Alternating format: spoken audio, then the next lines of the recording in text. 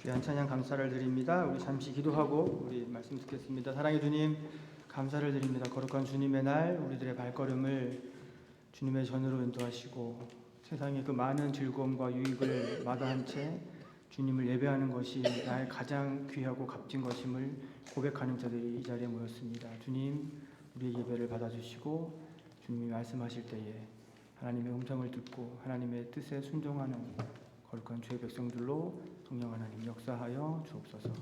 예수님의 이름으로 감사하며 기도드립니다. 아멘.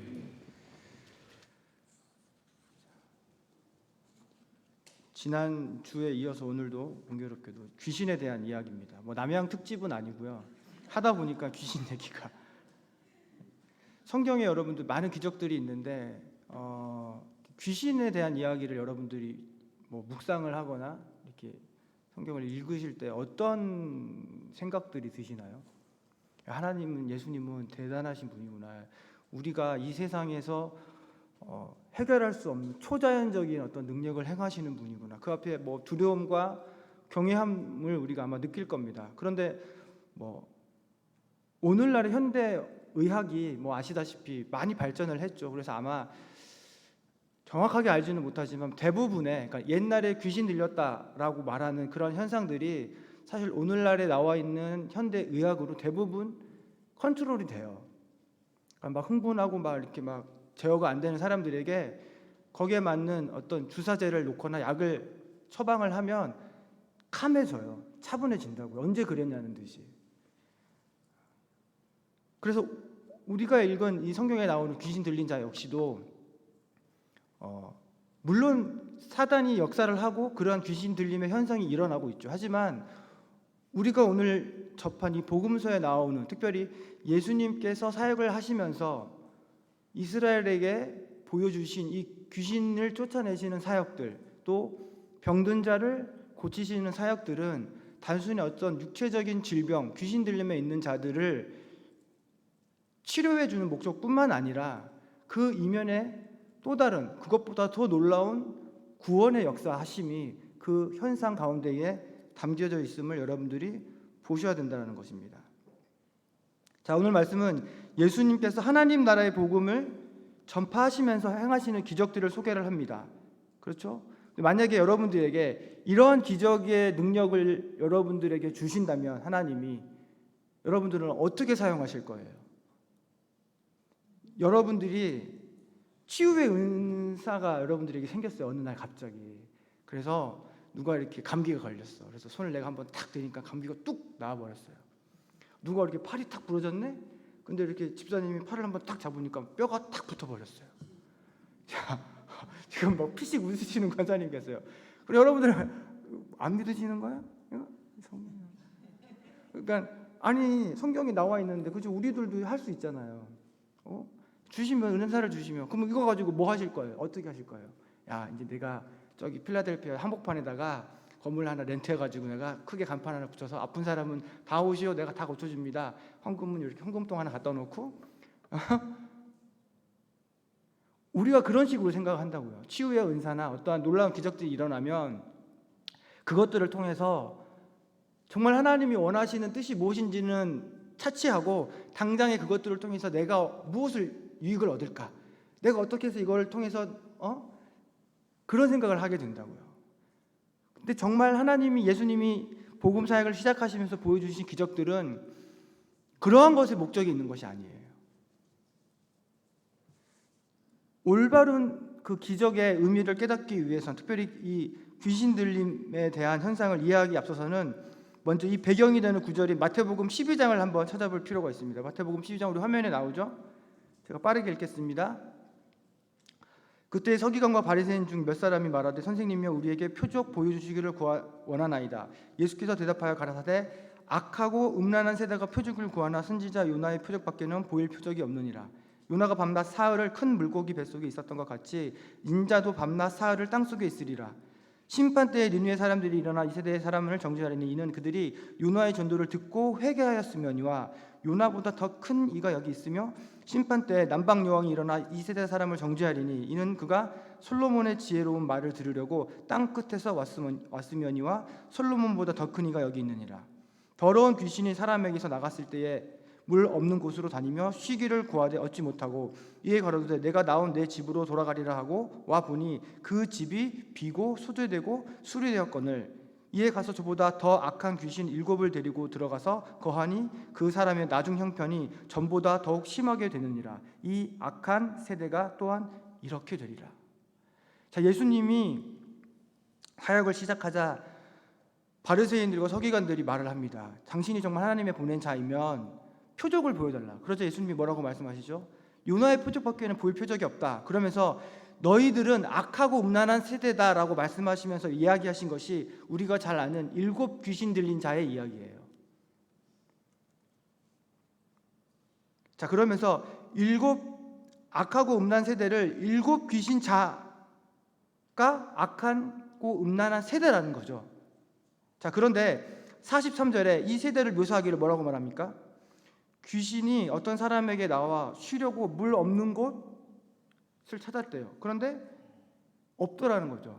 여러분, 물 없는 곳은 어떤 곳을 말하죠? 물 없는 곳. 이제 이런 것들은 여러분들이 성경을 읽으시면서 물 없는 곳, 그냥 이렇게 물웅덩이가 없는 곳, 뭐 이런 걸 생각하시면 안 돼요. 물은 뭐죠? 구원의 생명수, 생명수 예수를 말하는 게 물이죠. 그러니까 생명수이신 예수의 은혜가 없는 곳을 찾아다녔는데 그런 곳이 없더라는 거예요. 그럼 이 말은 뭐죠? 여러분들이 생각하시면 머릿속에 생각해 보세요. 귀신이 물 없는 곳을 막 찾아다녔어요. 근데 물 없는 곳이 없대요. 그러면 다 물이 찼다? 그쵸? 다 물이 찼다죠. 근데 땡이에요. 다들 그렇게 생각을 한다고 읽으면서 물이 없는 곳을 찾았는데 귀신이 못 찾았다는 얘기는 다 물이 찼구나. 그런데 여러분들 지금 이 말씀을 무슨 세대를 이야기하면서 지금 이 얘기를 하는 거예요? 악하고 음란한 세대. 이 세상이 악하고 음란한 세대라고 말씀하시면서 이곳에 다 물이 찼다? 말이 돼요, 안 돼요? 안 되죠. 그럼 이 얘기는 뭐겠어요? 귀신이 물 없는 곳을 찾으러 다녔는데 못 찾았다는 얘기는 이미 귀신이 다 그렇죠. 차 있더라는 거예요. 여기가 비었네, 물이 없네. 그래서 똑똑똑 하고 문을 탁 열었더니 이미 다른 귀신이 나 있어, 너 나가, 딴 데 가. 똑똑똑, 여기도 있어, 딴 데 가. 다 이미 귀신이 찼더라는 거예요. 그러니까 이 세상은 귀신들이 가득한 세상이라는 거죠. 자, 요한복음 8장 44절 한번 보겠습니다. 너희는 너희 마귀의 아비 마귀에게서 났으니 너희 아비의 욕심을 너희도 행하고자 하느니라. 저는 처음부터 살인한 자요 진리가 그 속에 없으므로 진리에 서지 못하고 거짓을 말할 때마다 제 것으로 말하나니 이는 저가 거짓말장이요 거짓의 아비가 되었습니다. 하나님의 택함을 받지 못한 이 세상 사람들은 모두 거짓의 아비인 마귀의 자녀래요. 그런데 그 어느 누구도 자기를 마귀의 자녀라고 생각지 않아요. 그렇죠? 누가 스스로 나는 마귀의 자녀야, 나는 내 아버지는 거짓의 영이야, 누가 그러겠어요? 그럼에도 불구하고 예수님은 이렇게 말씀하신다고. 악하고 음란한 세대는 거짓의 아비인 그 사단이 다스리고 있는 이 세상에 속한 자들이다라고 말씀하세요. 한 군데 더 볼까요? 요한복음 요한일서 3장 8절. 죄를 짓는 자는 마귀에게 속하나니 마귀는 처음부터 범죄함이니라. 하늘의 아들이 나타나신 것은 마귀의 일을 멸하려 하심이니라. 하나님께로서 난 자마다 죄를 짓지 아니하나니 이는 하나님의 씨가 그 속에 거함이요 저도 범죄치 못하는 것은 하나님께로서 났음이라.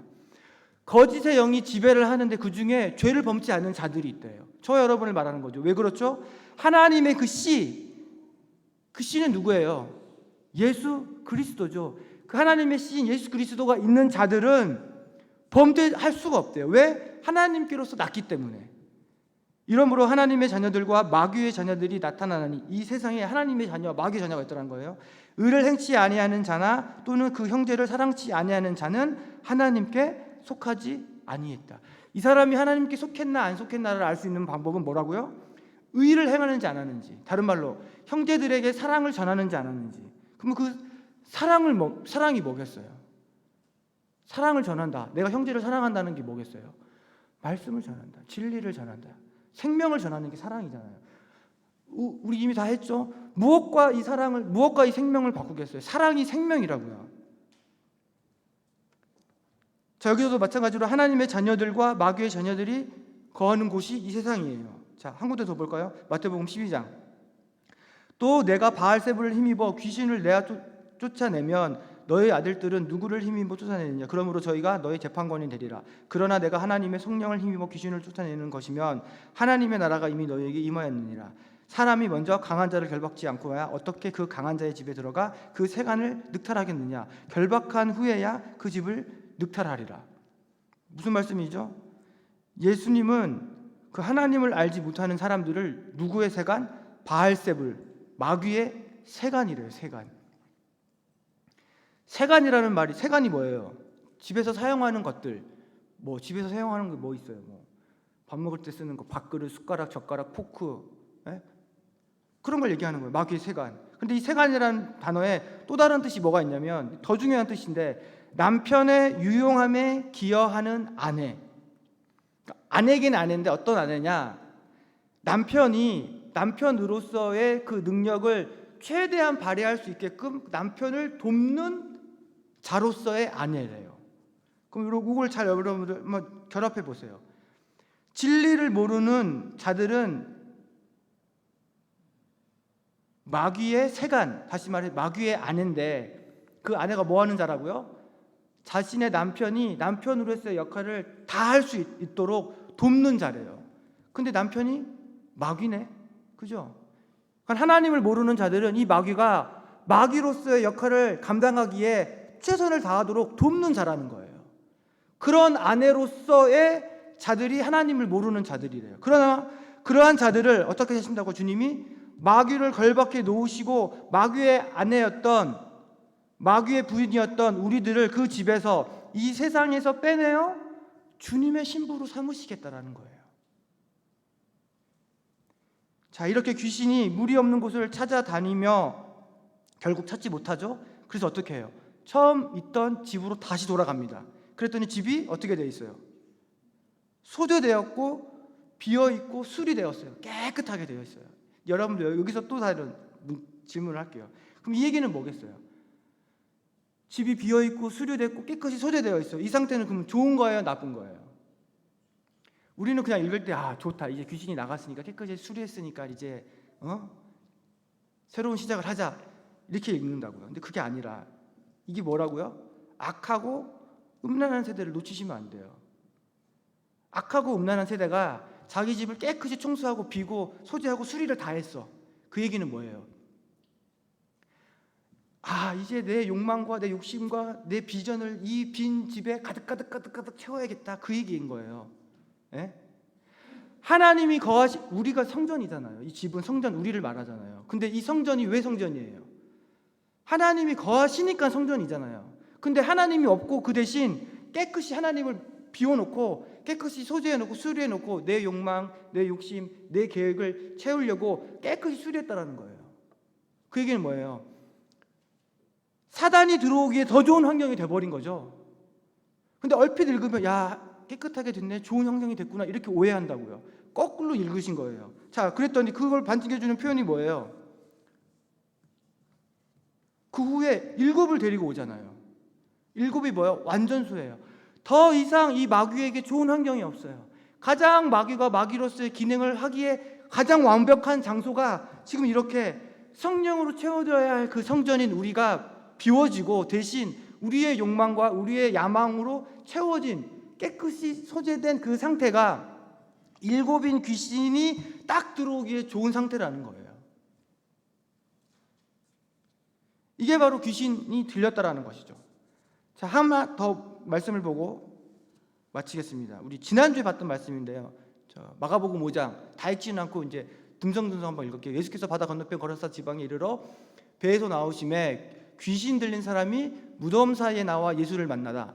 그 사람은 무덤 사이에 거처하는데 이는 아무나 쇠사슬로도 맬 수 없으되 이는 여러 번 도랑과 쇠사슬을 메었어도 쇠사슬을 끊을 수 없고, 5절 밤낮 무덤 사이에서나 산에서나 늘 소리를 지르며 돌로 제 몸을 상하고 있더라. 그 다음 볼까요? 자기를 이 지방에서 내어보내시며 마시기를 간절히 구하더니 마침 거기 돼지의 큰 떼가 산 곁에서 먹고 있는지라. 이에 간구하여 가로되 우리를 돼지에게로 보내어 들어가게 하소서 하니 허락하신데 더러운 귀신들이 나와서 돼지에게로 들어가니 거의 2,000마리나 되는 떼가 바다를 향하여 비탈로 내달리다가 바다에 몰살하거늘 그가 가서 예수께서 자기에게 어떻게 큰 일을 행하신 것을 데가볼리에 전파하니 모든 사람이 기이 여기더라.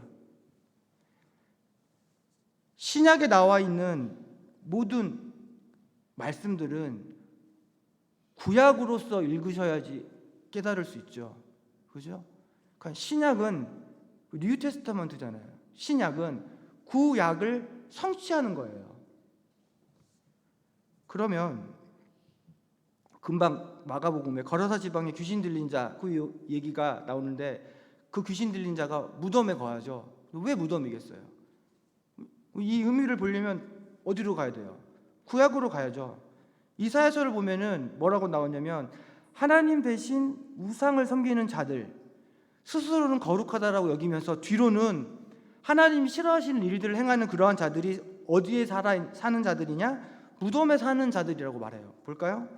나는 나를 구하지 아니하던 자에게 물음을 받았으며 나를 찾지 않던 자에게 찾아냄이 되었으며 내 이름을 부르지 않던 나라에게 내가 여기 있노라 내가 여기 있노라 하였노라. 내가 종일 손을 펴서 자기 생각을 쫓아 불선한 길을 행하는 패역한 백성들을 불렀나니 곧 동산에서 제사하며 벽돌 위에 분향하여 내 앞에서 항상 내 노를 일으키는 백성이라. 그들이 어디에 있다고요? 무덤 사이에 앉으며 은밀한 초소에서 지내며 뭘 먹어요? 돼지고기를 먹으며 가증한 물건에 국을 그릇에 담으면서 사람에게 이르기를 너는 내 자리에 섰고 내게 가까이 하지 말라. 나는 너보다 거룩함이니라 하나니 이러한 자들은 내 코에 연기어 종일 타는 불이로다. 보라 이것이 내 앞에 기록되었으니 내가 잠잠치 아니하고 반드시 부응하되 그들의 품에서 부응할지니라. 뭐라고요? 겉으로는 하나님을 섬긴다라고 말하면서 뒤로는 하나님이 싫어하시는 일을 해요. 그런 자들이 사는 곳이 어디라고요? 무덤이라는 거예요. 무덤. 무덤에는 누가 살아요? 시체들이 살죠. 죽음이 거하는 곳이 무덤이에요. 하나님을 섬긴다라고 말하면서 겉으로는 열심히 뭔가를 행하는데 속으로는 하나님이 아닌 다른 우상을 섬기는 자들은 다 누구를 섬기는 자들이라고요? 죽음을 섬기는 자들이에요. 나는 더 나은 삶을 산다라고 말하지만 사실은 그들이 죽음을 향해 달려가고 있다는 거예요. 마치 마가복음 5장에서 귀신 들린 자가 무덤 사이에 있는 것처럼 자신들은 무덤에 거하고 있는데 무덤, 죽음을 향해 달려가고 있음에도 불구하고 알지 못한다라는 거예요. 또 뭐라고 하죠? 5장에서 귀신 들린 자가 자기 몸을 돌로 상한다라고 그러죠. 우상을 섬기는 자들이 자기의 몸을 상하는 그림이 있어요. 구약에. 어디에 나오죠? 열왕기상 5장에 이르러 엘리야가 저희를 조롱하여 가로되 큰 소리로 부르라. 저는 신인즉 묵상하고 있는지 혹 잠깐 나갔는지 혹 길을 행했는지 혹 잠이 들어서 깨워야 할는지 하며 이에 저희가 큰 소리로 부르고 그 규례를 따라 피가 흐르기까지 칼과 창으로 그 몸을 상하게 하더라. 이게 뭐예요? 바알과 아세라 선지자와 엘리야가 싸우는 장면이죠. 근데 반응이 없어. 바알과 아세라 선지자들이 자기들 신을 막 우상을 부르는데 아무런 깜깜 무소식이야. 그러니까 막 이제 엘리야가 막 이제 속을 뒤집는 거죠. 야, 니네 신은 어디 갔냐? 자냐? 깨워라. 뭐 하냐? 그랬더니 이들이 더 열받아 가지고 뭐라고 합니까? 피가 흐르기까지 창과 칼로 자기 몸을 상해요. 우상을 숨기는 자들, 하나님 대신 그 우상을 향하여 나아가는 자들의 행위가 자기 몸을 상하는 거라는 거예요. 자신은 자신의 욕망을 향해 열심히 뭔가를 행하고 뭔가 결과를 얻어내려고 하는데 하나님 보시기에는 그게 칼과 창으로 자기를 상하는 자의 행위라는 것입니다. 자, 이렇게 귀신들이 이사야서에서 보았듯이 겉으로는 거룩한 척, 정결한 척 하면서 뒤에서 뭘 먹어요? 돼지고기를 먹었죠. 그래서 귀신들이 어디로 들어가요? 돼지떼로 들어가는 거예요. 그리고 그 돼지떼가 어디서 몰살을 당하죠? 바다에서 몰살을 당해요. 왜 바다예요? 바다에서 몰살당하는 그림 또 어디 나와요? 출애굽기. 그렇죠? 출애굽기. 누가 바다에서 몰살당하죠? 애굽의 군대들. 이스라엘에게 홍해를 건널 때, 그죠? 그 바다를 건널 때 여전히 그들의 마음속에는 애굽이 최고였어요. 애굽에서 먹었던 고기, 마늘, 부추 그게 늘 마음속에 있었어요. 다시 애굽으로 돌아가고 싶었다고요. 그런데 하나님이 어떻게 하세요? 애굽의 힘을 상징하는 그 군대를 그 바다에 다 몰살시킴으로, 야, 니들 애굽 가고 싶어? 내가 더 좋은 거 줄 건데. 근데 그거는 너의 마음속에 있는 그 애굽을 다 바다에 빠뜨려 몰살시켜야 얻는 거야. 하나님이 주시는 구원은 너 안에 있는 그 힘, 애굽이라는 그 세상의 힘이 바다에 몰살될 때 나를 부인하고 나를 하나님 앞에 다 온전히 내어놓음으로 말미암아 구원을 얻는 거야 라고 하시는 거예요. 그래서 그 돼지떼들을 어디로요? 바다로 다 빠지게 하여 몰살시키는 거예요. 다시 말해서 성경에 나오는 귀신 들린 자나 병든 자를 고치는 것은 단순히 육체적인 질병을 해결하는 것뿐만 아니라 무엇을 말씀하신다고요? 우리의 구원이 어떻게 이루어지는지, 하나님이 어떻게 우리의 구원을 이 땅에서 이루어 가시는지를 보여주신다는 겁니다. 자, 이제 마가복음으로 다시 돌아와서 이런 악하고 음란한 세대에서 예수님이 가장 먼저 하신 일이 오늘 본문에 나왔듯이 더러운 귀신 들린 사람을 고쳐주신 거예요. 왜 하고 많은 기적들 중에서 귀신들을 고치실까요? 왜 귀신을 쫓아내실까요? 자, 이 귀신이 지금 어디에 있죠? 본문을 다시 마가복음 피세요. 빨리 다시. 자, 성경을. 자, 23절. 마침 저희 회당에, 그럼 교회라는 거죠. 우리 지금으로 치면 교회에 누가 있어요? 귀신이 있어요. 저만 놀라네. 생각해 보세요. 어떻게 귀신이 교회에 있을 수가 있어요? 아니, 귀신이 막 쫓아오면 연락 뛰어가지고 교회를 피신을 해야 되는데 그럼 못 쫓아올 거 아니에요. 영화 같은 거 보면 막 드라큘라가 막 쫓아오는데 막 십자가 대면 도망가듯이 귀신이 오면 회당으로, 교회로 피해야지. 왜? 근데 교회 안에, 회당 안에 귀신이 있어요. 이거 뭔 얘기예요? 자, 지금 이 얘기를 누구에게 하죠? 바리새인들에게 하는 거예요. 가장 말씀을 잘 지키고 가장 순종하고 가장 하나님 앞에 거룩하다라고 일컬음을 받았던 그 바리새인들이 지금 회당에 있는데 그들이 지금 누구와 함께 있다고요? 귀신과 함께 있어요. 그럼 뭘 얘기하고 계신 거죠? 자, 회당에서는 어떠한 일이 일어나죠? 회당에서 뭐 해요? 하나님의 말씀이 선포되어지는 곳이죠. 그런데 그곳에 귀신 들린 자, 마귀의 세간, 마귀의 아내들이 들어와서 마귀의 일을 돕고 있어요. 그럼 거기서 마귀의 일이 뭐겠어요? 마귀가 누구라고 했죠? 거짓의 영, 거짓의 아비라고 했죠. 다시 말해서 회당에서 바리새인들이 하나님의 말씀 대신 율법을 그냥 율법을 은혜로 가르쳐야 되는데, 율법을 진리로 가르쳐야 되는데 율법을 그냥 율법으로 행하라는 거예요. 율법을 행하여 구원을 얻으라고. 인간의 욕심과 욕망을 부추겨서 전하는 그러한 말씀들은 하나님의 말씀이 아닌, 하나님의 뜻이 아닌 인간의 욕망과 하나님의 뜻이기 때문에 그것은 뭐다? 거짓의 말씀이라는 거예요. 거짓의 말, 거짓말이라는 거예요. 그게 지금 회당에서, 교회에서 일어나고 있다는 것입니다. 그래서 마태복음에서 이러한 세대를 향하여 악하고 음란한 세대라고 말씀하신 거예요. 그런데 그런 상태로 오늘 본문 32절에서는 또 뭐라고 말하죠? 저물어 해가 졌다라고 말하죠. 해가 질 때 악하고 음란한 세대가 저물어 해가 가물가물한 때라는 거예요. 빛이 없는 상태, 물이 없는 상태, 진리가 없는 상태를 말씀하시는 거예요. 자, 이렇게 29절을 보시면 회당에서 귀신 들린 자를 고치신 후에 그 다음에 어디로 가시죠? 집으로 가세요.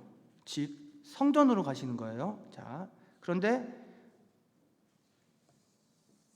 이 얘기는 단순히 어떤 누구의 집에 들어갔다라는 얘기가 아니라 그 성전이 어떻게 구원이 되는지, 그러니까 구원받은 자로서의 성전의 모습이 어떠한지를 지금 보여주시는 거예요. 자, 시몬의 장모가 열병에 걸렸어요. 열사병이 걸린 거죠. 그렇죠? 요즘같이 더울 때 열사병 잘 걸리겠죠. 이걸 열사병으로 읽어버리시면 하나만 알고 둘은 모르시는 거예요. 이 열병을 알려면 또 어디로 가야 돼요? 구약으로 가야죠. 어디에 열병이 나올까요? 신명기에 나와요. 우리 옛날은 아니죠. 몇 달 전에 했어요. 28장에 보면 하나님께 불순종한 자들이 나와요. 그들이 받을 저주, 이러한 저주, 무슨 저주, 뭐 기근, 칼, 어쩌고 저쩌고 막 하시면서 그 가운데 하나가 열병이에요. 자, 열병은 열로서 일어나는 병이겠죠. 열이 그냥 상식적으로 물리도 아니죠. 열이 임하면, 열이 강하게 비치면 뭐가 없어져요? 물이 없어지죠. 그 얘기하는 거예요. 열이란 곧 물이 없음, 가뭄, 기근을 말해요. 그럼 이 기근은 어떤 기근을 말하겠어요? 말씀의 기근이죠, 당연히. 그래서 말씀이 없는 그 여인이 그 열병으로 누워 있다라는 거예요. 그랬더니 그 누워 있는 그 여인을 예수님이 손을 잡아 일으키십니다. 여기서 손이란 말은 수단, 능력, 힘이에요. 그러니까 말씀이 없어 전혀 힘이 없는 그녀를 예수님께서 예수님의 말씀의 능력으로, 그 힘으로 누워있는, 말씀의 기근에 열병에 누워있는 그녀를 손잡아 일으켜 세웠더니 그가 살아나더라는 거예요. 이게 성전인 우리 안에서 이루어지는 현상이라는 거예요. 이게 구원의 메커니즘이라는 거예요. 그랬더니 자, 여기서 나오는 누웠다라는 말은, 누워있다라는 말도 있지만 의미에 어떤 뜻이 있냐면 하나님이 의도적으로 세팅해 놓다라는 뜻이 있어요. 뭘 설명하기 위해 마치 연극을 할 때 배경을 이렇게 세팅을 해 놓아서 이제 연극을 하잖아요. 그런 것처럼 하나님이 뭔가 메시지를 전달하기 위해 세팅해 놓다라는 뜻이 누웠다라는 뜻에 있어요. 또 어떤 뜻이 있냐면 정해 놓다, 예정해 놓다라는 뜻도 있어요. 더 놀라운 것은 이 단어에 지난번 살펴본 단어 중에 우리 티뎀이라고 우리 배웠죠. 성전 안에 가면 성전의 기구들이 있는데 그것들이 다 의미가 있다라고 했어요. 뭐 떡상이나 등대나 그런 향로나 이런 것들이 다 의미가 있죠. 하나님이 그걸 그냥 주신 게 아니라 그러한 것들을 펼쳐 놓으시고 봄으로써 그것들이 의미하고 있는 것을 깨달으라는 거예요. 근데 결국 그게 다 누구를 의미한다고 했어요? 예수 그리스도잖아요. 마찬가지로 여기서 누웠다라는 뜻이 이 티뎀이하고 같은 의미를 가진 단어라고요. 결국엔 뭐겠어요? 베드로의 장모가 열병에 누워있는 이 그림이 단순히 어느 누구가 아파서 누워있는데 예수님이 치료해 줬다라는 게 아니라, 물론 그런 의미도 있지만 그 이면에 담겨있는 그 의미를 보라는 거예요. 자, 그리고 여기서 일어섰다라고 나와 있죠. 이 뜻은 잠에서 깨다, 죽음에서 일어나다라는 뜻이에요. 잠은 죽음이죠. 성경에서 잠은 죽음. 그래서 아담이 하와를 내릴 때 아담을 하나님이 어떻게 하세요? 재우시죠. 그건 단순히 잔 게 아니에요, 여러분. 여러분들 재워놓고 갈비뼈 뽑으면 안 되죠. 죽어야 돼요. 신부는 죽음으로써만 신부가 탄생한다라는 거예요. 자, 그래서 다시 돌아와서 그럼 이게 무슨 뜻이겠어요? 이렇게 세웠다라는 것은 말씀이 없어 죽었던 그를 주님께서 생명의 말씀으로 부활시키겠다라는 뜻이에요.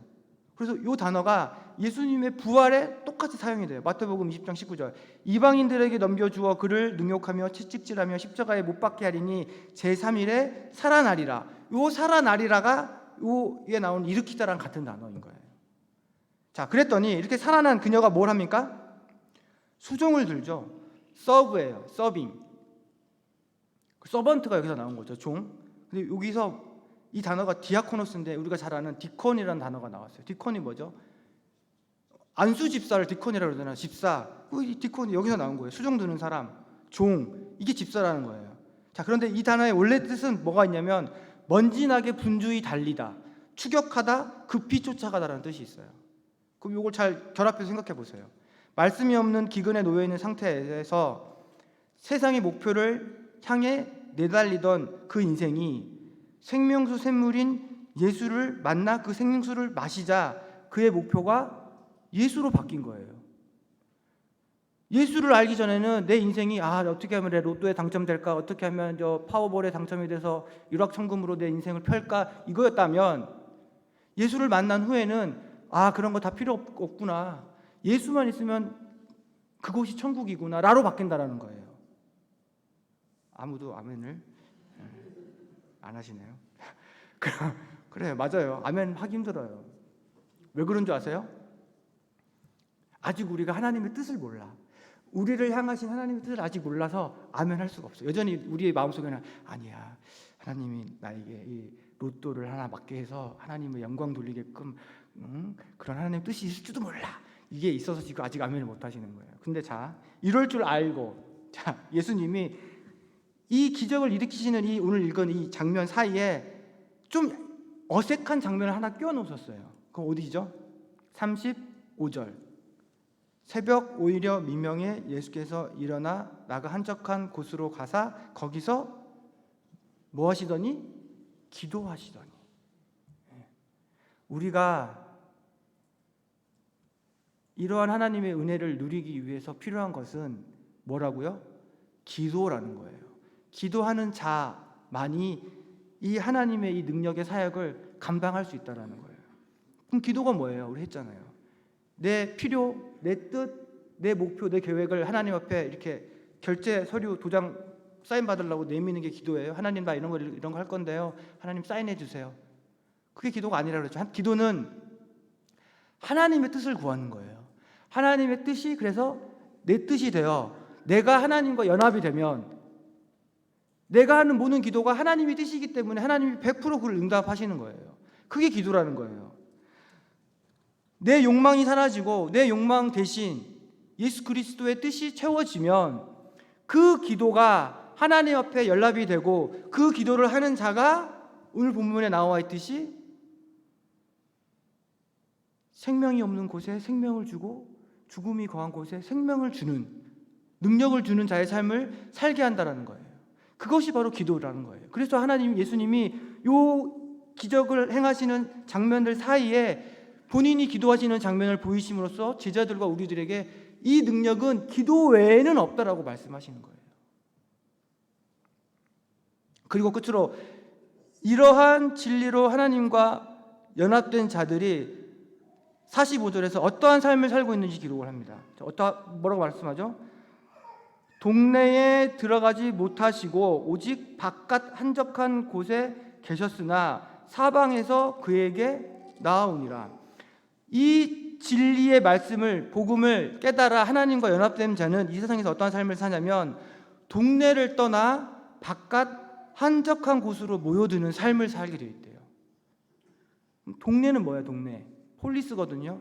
이 동네라는 뜻의 의미는 사람이 많이 살면 동네가 아니라 이 동네라는 단어의 의미를 보면 전쟁터, 자신의 욕망을 채우기 위한 전쟁터라는 뜻이 폴리스라는 단어에 들어있어요. 그렇잖아요. 여러분들 이 세상이 뭐 하는 세상이에요?